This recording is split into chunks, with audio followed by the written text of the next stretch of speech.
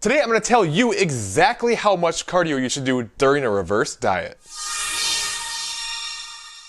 Hey, this is Colin DeWay. If you are new here and you want to master your metabolism and get in the best shape of your life, start now by subscribing today and click on that bell notification so you don't miss anything. Alright, a couple weeks ago I did a video about how to reverse diet and why it works. If you missed that video, I highly suggest checking it out after this video is done. I will link it at the end of the video and you can go check that out and it will take you step by step through a reverse diet. But as I mentioned in that video, there was one topic I didn't cover, and that was how much cardio to do while reverse dieting. So today we're going to dive into that topic, but make sure you stay to the end of the video because I'm not only going to tell you if you should reduce your cardio, but if so, how fast you should reduce your cardio, and cover how much cardio you should be doing by the end of your reverse diet. So if you remember from the last video, the goal of a reverse diet is to increase your calories slowly and allow your metabolism to adapt while you get your calories up. By taking it slowly and getting your calories up, you can improve your metabolism and help minimize fat gain during the process. But calories are only one part of the equation. We definitely want to look at cardio as well because it's your total caloric intake versus your output that determines your total calorie balance. If you continue to try to create a huge energy expenditure through cardio while reverse dieting, you're severely impacting how much your metabolism can actually improve. And this is actually a pretty common trend I see in people trying to go through a reverse diet. For lack of a better term, they basically try to find like loopholes in reverse dieting to try to make sure they don't gain any weight during the process. So not only will some people not reduce their cardio, but some will even increase their cardio while they increase their calories to try to keep weight gain from happening. The problem is if you're increasing your expenditure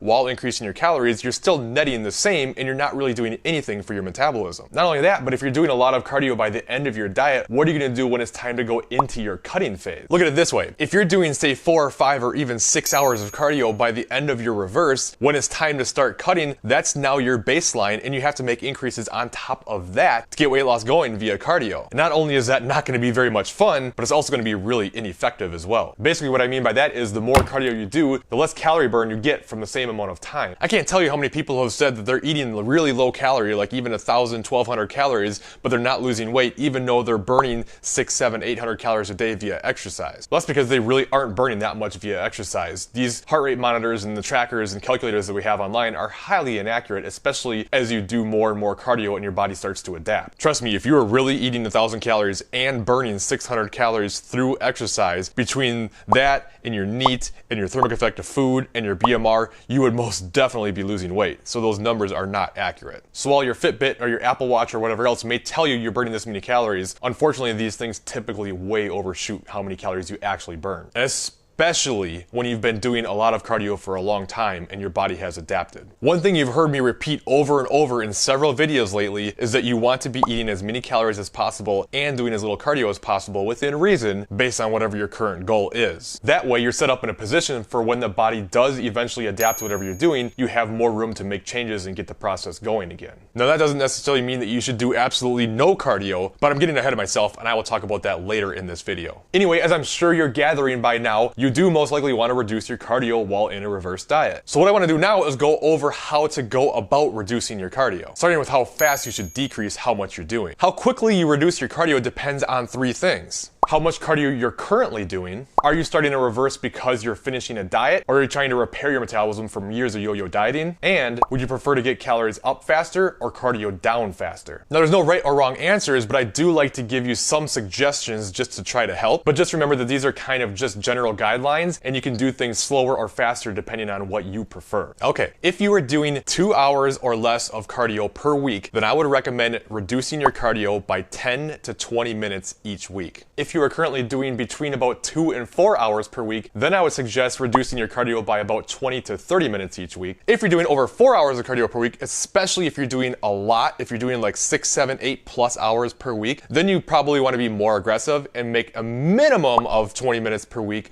up to even maybe like 45 minutes per week. Now these numbers are a little bit more geared to someone with a longer history of dieting and is trying to improve their metabolism from years of yo-yo dieting. So if you're someone who is just finishing up a cut, especially if it was a shorter cut, you can probably probably be more aggressive with these decreases just because your body is less adapted. Not to mention, if you just finished up a cut, you may still technically be in a deficit anyway, and therefore can be more aggressive. Keep in mind, you don't have to always both increase calories and decrease cardio each week either. You can do a combination, or you can do a higher increase in calories and a lower decrease in cardio, or you could do a higher decrease in cardio and a lower increase in calories. Remember to check out my other video if you're unsure about how fast to increase calories. So again, there's no right or wrong answers here. Honestly, whatever you dislike more is how you should probably prioritize making changes. Meaning, if you hate doing higher cardio more than you hate eating lower calories, then you should prioritize getting your cardio down faster. If you hate eating lower calories more than you hate doing more cardio, then you should prioritize getting calories up faster and your cardio down slower. By the way, I want you to let me know in the comments below which one you hate more, lower calories or higher cardio. I personally handle eating lower calories much better than I do doing a lot of cardio. Another factor that goes into how we proceed with things is how well your weight is holding during the process. If you're losing weight during the process, you can make bigger adjustments. If you're roughly maintaining your weight, then these recommendations I give you would probably be about perfect. Or if you're gaining but it's not too much, then you may just want to stick to the lower end of the recommendations that I gave you. And then if you're gaining much more than you're comfortable with, remember, you don't have to always increase every single week. You can just hold for a while and let your body adapt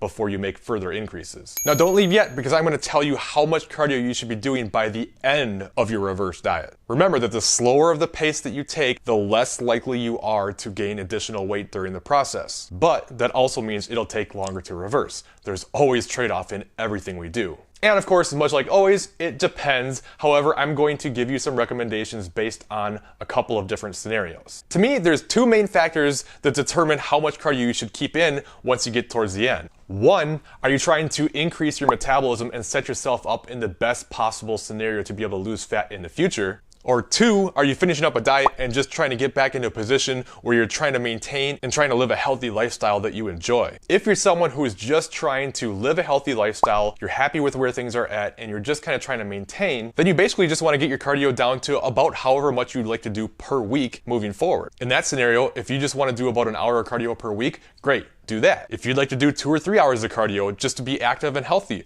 by all means, do that. It's definitely not bad to do extra cardio, especially if it's something that you really enjoy and you make part of a good, active, healthy lifestyle. So of course, this is going to vary greatly depending on each individual. Now, if you're trying to improve your metabolism and set yourself up for a better success of fat loss down the road, that's a different story. Now, some will argue in this scenario that you should be trying to get your cardio all the way down to 0 for the week, which I mean, in theory, kind of makes sense because you're trying to put yourself in a spot where you can make more adjustments down the road. So if you're literally doing no cardio, you have all kinds of room to do more cardio when it's time to cut. But there's a reason I always say within reason when I say get your cardio as low as possible. And I gotta say, I'd be lying if I didn't used to fall into the team do no cardio camp. However, I now personally believe that most people should try to keep in between about 30 to 60 minutes for the week by the end of a reverse diet. If you like to do cardio, and especially if you find that it helps with things like stress and anxiety, then you want to keep it towards the higher end of that spectrum.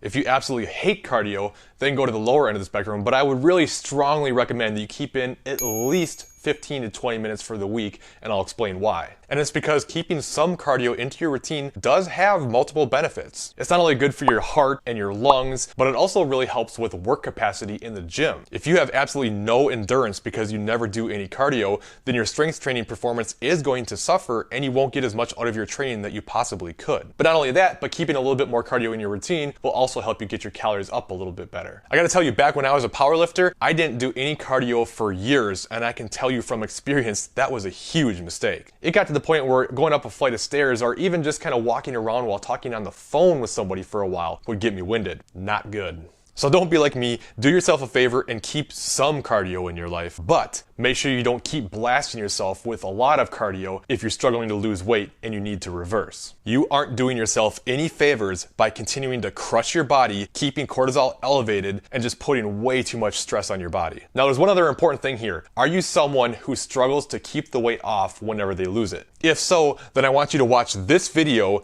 and I will tell you 3 big reasons why this always happens.